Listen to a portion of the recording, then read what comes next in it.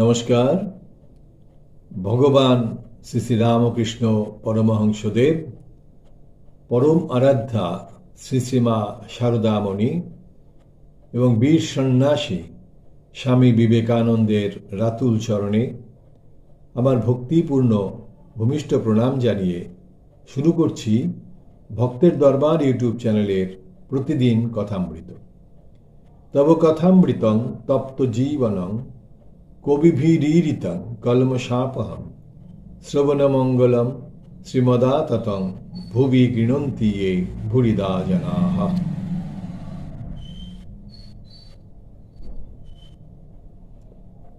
শ্রী শ্রী রামকৃষ্ণ কথামৃত আমরা পড়ব আজকে 838 পাতা। শ্রীরামকৃষ্ণ কাঁপতেন নরেন্দ্র প্রভৃতি ভক্ত সঙ্গে দক্ষিণেশ্বরে। প্রথম পরিচ্ছেদ, ঠাকুরের গলার অসুখের সূত্রপাত। শ্রীরামকৃষ্ণ দক্ষিণেশ্বর কালী মন্দিরে সেই পূর্ব পরিচিত ঘরে বিশ্রাম করিতেছেন। আজ শনিবার 13 জুন 1885, 32 জ্যৈষ্ঠ 1292, জ্যৈষ্ঠ শুক্লা প্রতিপদ, জ্যৈষ্ঠ মাসের সংক্রান্তি। বেলা 3টা। ঠাকুর খাওয়া দাওয়ার পর ছোট খাটটিতে একটু বিশ্রাম করিতেছেন। পণ্ডিতজি মেঝের উপর মাধুরে বসিয়া আছেন। একটি শোকাতুরা ব্রাহ্মণী ঘরের উত্তরের দরজার পাশে দাঁড়াইয়া আছে। কিশোরীও আছেন। মাস্টার আসিয়া প্রণাম করিলেন, সঙ্গে দ্বিজ ইত্যাদি। অখিলবাবুর প্রতিবেশীও বসিয়া আছেন, তাহার সঙ্গে একটি আসামি ছোকরা। ঠাকুর শ্রীরামকৃষ্ণ একটু অসুস্থ আছেন। গলায় বিচি হইয়া সর্দির ভাব। গলার অসুখের এই প্রথম সূত্রপাত। বড় গরম পড়াতে মাস্টারেরও শরীর অসুস্থ। ঠাকুরকে সর্বদা দর্শন করিতে দক্ষিণেশ্বরে আসিতে পারেন নাই। শ্রীরামকৃষ্ণ: এই যে তুমি এসেছ, বেশ বেলটি, তুমি কেমন আছো? মাস্টার: আজ্ঞা, আগেকার চেয়ে একটু ভালো আছি।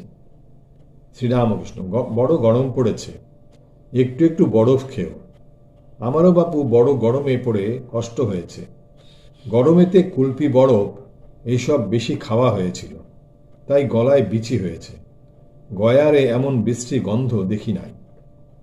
মাকে বলেছি, মা ভালো করে দাও, আর কুলপি খাবো না।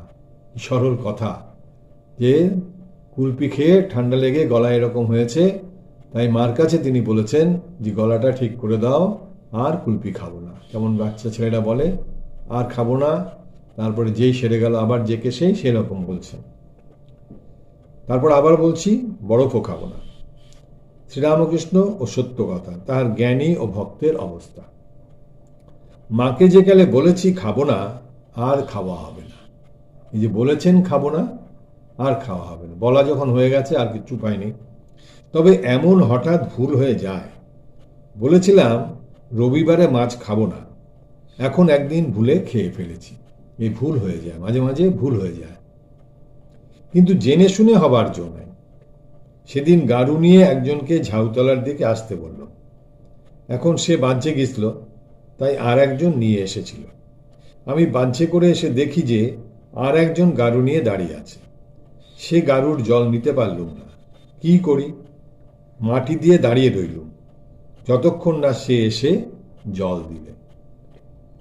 মার পাদপদ্মে ফুল দিয়ে যখন সব ত্যাগ করতে লাগলাম, তখন বলতে লাগলাম, মা, এই লও তোমার সূচি, এই লও তোমার অসুচি, এই লও তোমার ধর্ম, এই লও তোমার অধর্ম, এই লও তোমার পাপ, এই লও তোমার পুণ্য, এই লও তোমার ভালো, এই লও তোমার মন্দ, আমায় শুদ্ধা ভক্তি দাও। কিন্তু এই লও তোমার সত্য, এই লও তোমার মিথ্যা, এ কথা বলতে পারলাম না। একজন ভক্ত বড় পানি আছেন। ঠাকুর পুনঃ পুনঃ মাস্টারকে জিজ্ঞাসা করিতেছেন, হ্যাঁ খাবো কি? যে মাকে বলেছেন তুমি ঠিক করে দাও, আর কখনো খাবো না। এবং মাস্টারকে জিজ্ঞাসা করছেন খাবেন কিনা।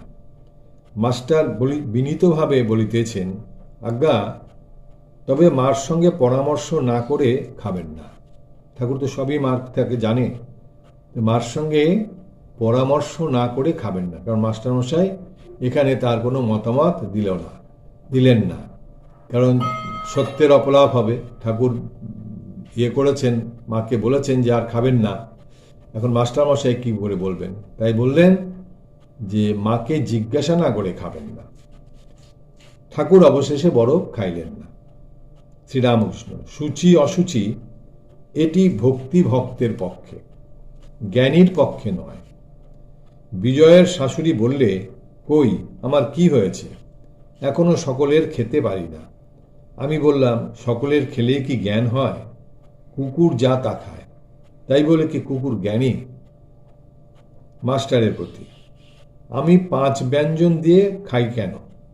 পাছে একঘেয়ে হলে এদের অর্থাৎ ভক্তদের ছেড়ে দিতে হয়। কেশব সেনকে বললাম, আরও এগিয়ে কথা বললে তোমার দলটল থাকে না। জ্ঞানীর অবস্থায় দলটল মিথ্যা, স্বপ্নবর। অর্থাৎ জ্ঞানীর যেটা যার ব্রহ্ম জ্ঞান, সে যদি হয় সেই ধরনের কথা, সেই দিকে যদি যায়, তাহলে আর দলটল থাকবে না। সে বলছেন জ্ঞানীর অবস্থায় সবই তো স্বপ্নবর, তাহলে দলটল থাকবে না, দলটল তো মিথ্যা। মাছ ছেড়ে দিলাম। প্রথম কষ্ট হতো, পরে তত কষ্ট হতো না। পাখির বাসা যদি কেউ পুড়িয়ে দেয়, সে উড়ে উড়ে বেড়ায় আকাশ আশ্রয় করে। দেহ জগৎ যদি ঠিক মিথ্যা বোধ হয়, তাহলে আত্মা সমাধিস্থ হয়। আগে এই জ্ঞানীর অবস্থা ছিল, লোক ভালো লাগতো না। হাটখোলায় অমুক একটি জ্ঞানী আছে, কি একটি ভক্ত আছে, এই শুনলাম। আবার কিছুদিন পরে শুনলাম ওই সে মরে গেছে, তাই আর লোক ভালো লাগতো না। তারপর তিনি, তার মার কথা বলছেন, তারপর তিনি মনকে নামালেন, ভক্তি ভক্ততে মন রাখিয়ে দিলেন।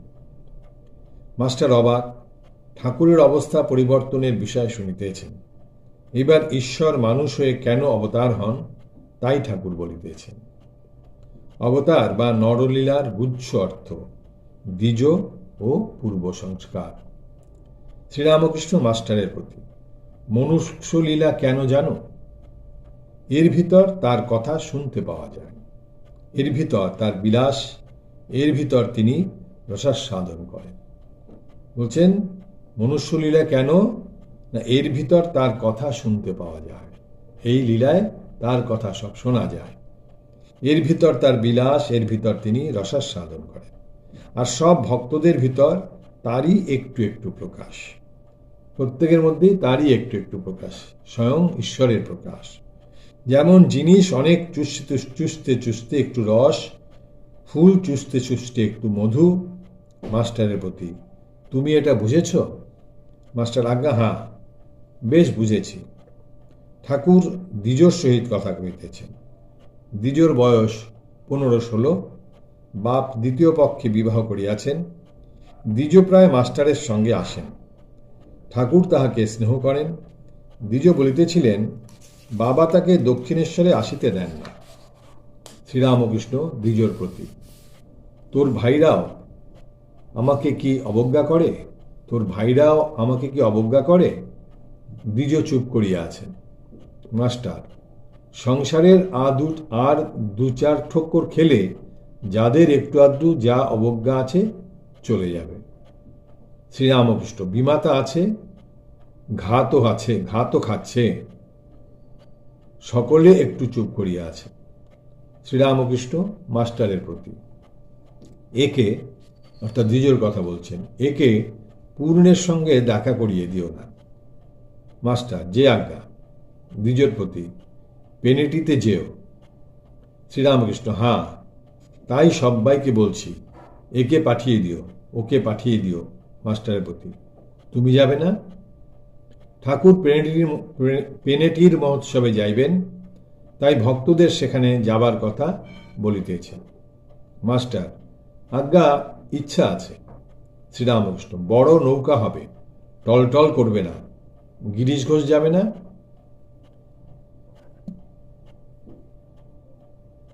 ঠাকুর দ্বিজকে এক দৃষ্টে দেখিতেছেন। শ্রীরামকৃষ্ণ: আচ্ছা, এত ছোকরা আছে, এই বা আসে কেন? তুমি বলো।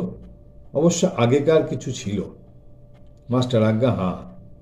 শ্রীরামকৃষ্ণ সংস্কার, আগের জন্মে কর্ম করা আছে, সরল হয় শেষ জন্মে, শেষ জন্মে খ্যাপাটে ভাব থাকে। তবে কি জানো, তার ইচ্ছা, তার হাতে জগৎ সব হচ্ছে, তার নাতে হওয়া অন্ধ হচ্ছে। মানুষের আশীর্বাদ করতে নাই কেন? মানুষের আশীর্বাদ করতে নাই কেন? মানুষের ইচ্ছায় কিছু হয় না, তারই ইচ্ছাতে হয় যায়। বলছেন ঠাকুর যে মানুষের আশীর্বাদ করা উচিত না, কারণ হচ্ছে মানুষের ইচ্ছায় কিছু হয় না, সে আশীর্বাদ করলে কি হবে? তারই ইচ্ছায়, তার ইচ্ছাতে যা হবার হবে, তারই ইচ্ছাতে হয় যায়, যাবেও তার ইচ্ছাতে, হবেও তার ইচ্ছাতে। সেদিন কাপ্তেনের ওখানে গেলাম, রাস্তা দিয়ে ছোকরারা যাচ্ছে দেখলাম। তারা একরকমের। একটা ছোকরাকে দেখলাম 19-20 বছর বয়স, বাঁকা শীতে কাটা, শীষ দিতে দিতে যাচ্ছে। কেউ যাচ্ছে বলতে বলতে নগেন্দ্র, ক্ষীরোদ, কেউ দেখি ঘোরতম বাঁশি বাজাচ্ছে, তাতেই একটু অহংকার হয়েছে দ্বিজের প্রতি। যার জ্ঞান হয়েছে তার নিন্দার ভয় কি? তার কুটস্থ বুদ্ধি কামারের ন্যায়, তার উপর কত হাতুড়ির ঘা পড়েছে, কিছুতেই কিছু হয় না। আমি অমুকের, অর্থাৎ আমি বাপকে দেখলাম রাস্তা দিয়ে যাচ্ছে, আমি অমুকের বাপকে দেখলাম রাস্তা দিয়ে যাচ্ছে। মাস্টার, লোকটি বেশ সরল, শ্রীরামকৃষ্ণ, কিন্তু চোখ রাঙা। কাপ্তেনের চরিত্র ও শ্রীরামকৃষ্ণ পুরুষ প্রকৃতি যোগ। ঠাকুর কাপ্তেনের বাড়ি গিয়াছিলেন, সেই গল্প করিতেছেন। যেসব ছেলেরা ঠাকুরের কাছে আসে, কাপ্তেন তাহাদের নিন্দা করিয়াছিলেন। হাজরা মহাশয়ের কাছে বোধহয় তাহাদের নিন্দা শুনিয়াছিলেন। শ্রীরামকৃষ্ণ, কাপ্তেনের সঙ্গে কথা হচ্ছিল। আমি বললাম, পুরুষ আর প্রকৃতি ছাড়া আর কিছুই নাই। নারদ বলেছিলেন, হে রাম, যত পুরুষ দেখতে পাও সব তোমার অংশ, আর যত স্ত্রী দেখতে পাও সব সীতার অংশ। কাপ্তেন খুব খুশি, বললে, আপনারই ঠিক বোধ হয়েছে, সব পুরুষ রামের অংশে রাম, সব স্ত্রী সীতার অংশে সীতা। এই কথা এই বললে, আবার তারই পর ছোকরাদের নিন্দা আরম্ভ করলে। বলে, ওরা ইংরেজি পড়ে, যা তা খায়, ওরা তোমার কাছে সর্বদা যায়, সে ভালো নয়, ওতে তোমার খারাপ হতে পারে। হাজরা যা একটি লোক, খুব ভালো, খুব লোক, ওদের অত যেতে দেবেন না। আমি প্রথমে বললাম, যা এটা কি করি? তারপর প্যান, অর্থাৎ প্রাণ, তারপর প্যান থেতলে দিলাম। ওর মেয়ে হাসতে লাগলো। বললাম, যে লোকের বিষয়বুদ্ধি আছে, সে লোক থেকে ঈশ্বর অনেক দূর। বিষয়বুদ্ধি যদি না থাকে, সে ব্যক্তির তিনি হাতের ভিতর, অতি নিকটে। কাপ্তেন রাখালের কথায় বলে যে ও সকলের বাড়িতে যায়, সকলের বাড়িতে খায়, বুঝি হাজরার কাছে শুনেছে। তখন বললাম, লোকে হাজার তপ চপ করুক, যদি বিষয় বুদ্ধি থাকে তাহলে কিছুই হবে না। আর শূকর মাংস খেয়ে যদি ঈশ্বরে মন থাকে, সে ব্যক্তি ধন্য। কি খাচ্ছে না খাচ্ছে সেটা ব্যাপার নয়, ঈশ্বরে তার মন আছে কিনা।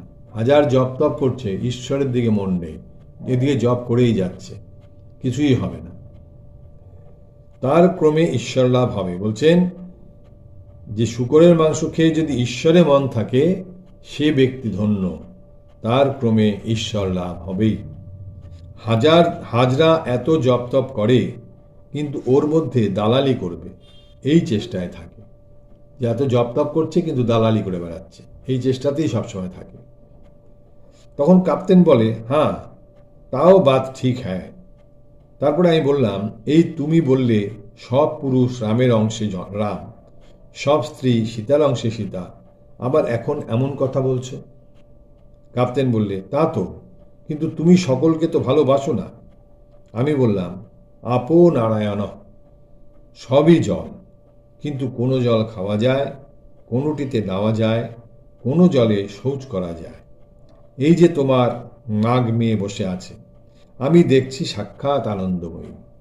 কাপ্তেন তখন বলতে লাগলে, হাঁ হাঁ, ও ঠিক হ্যায়। তখন আবার আমার পায়ে ধরতে যায়। এই বলিয়া ঠাকুর হাসিতে লাগিলেন। এবার ঠাকুর কাপ্তেনের কত গুণ তাহা বলিতেছেন। রামকৃষ্ণ, কাপ্তেনের অনেক গুণ। রোজ নিত্যকর্ম, নিজে ঠাকুর পূজা, স্নানের মন্ত্রই কত। কাপ্তেন খুব একজন কর্মী। পূজা, জপ, আরতি, পাঠ, স্তব এসব নিত্যকর্ম করে। কাপ্তেন ও পাণ্ডিত্য, কাপ্তেন ও ঠাকুরের অবস্থা। আমি কাপ্তেনকে বকতে লাগলাম। বললাম, তুমি পড়েই সব খারাপ করেছ, আর পড়ো না। আমার অবস্থা কাপ্তেন বললে, উড্ডীয়মান ভাব। জীবাত্মা আর পরমাত্মা। জীবাত্মা যেন একটা পাখি, আর পরমাত্মা যেন আকাশ, চিদাকাশ। কাপ্তেন বললে, তোমার জীবাত্মা চিদাকাশে উড়ে যায়, তাই সমাধি। সহাস্যে কাপ্তেন বাঙালিদের নিন্দা করলে, বললে, বাঙালিরা নির্বোধ, কাছে মানিক রয়েছে, চিনলে না।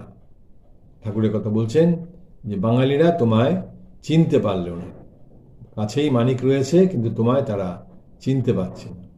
এই বলে আজকে আমি এখানে শেষ করছি। নিরঞ্জনং নিত্যম অনন্তরূপং ভক্তানুকম্পা ধৃত বিগ্রহং বৈ ঈশাবতারং পরমেশ্বমিডং তং রামকৃষ্ণ শিরসা নমামি। হরি ওম তৎসৎ। শ্রীরামকৃষ্ণার্পণমস্তু।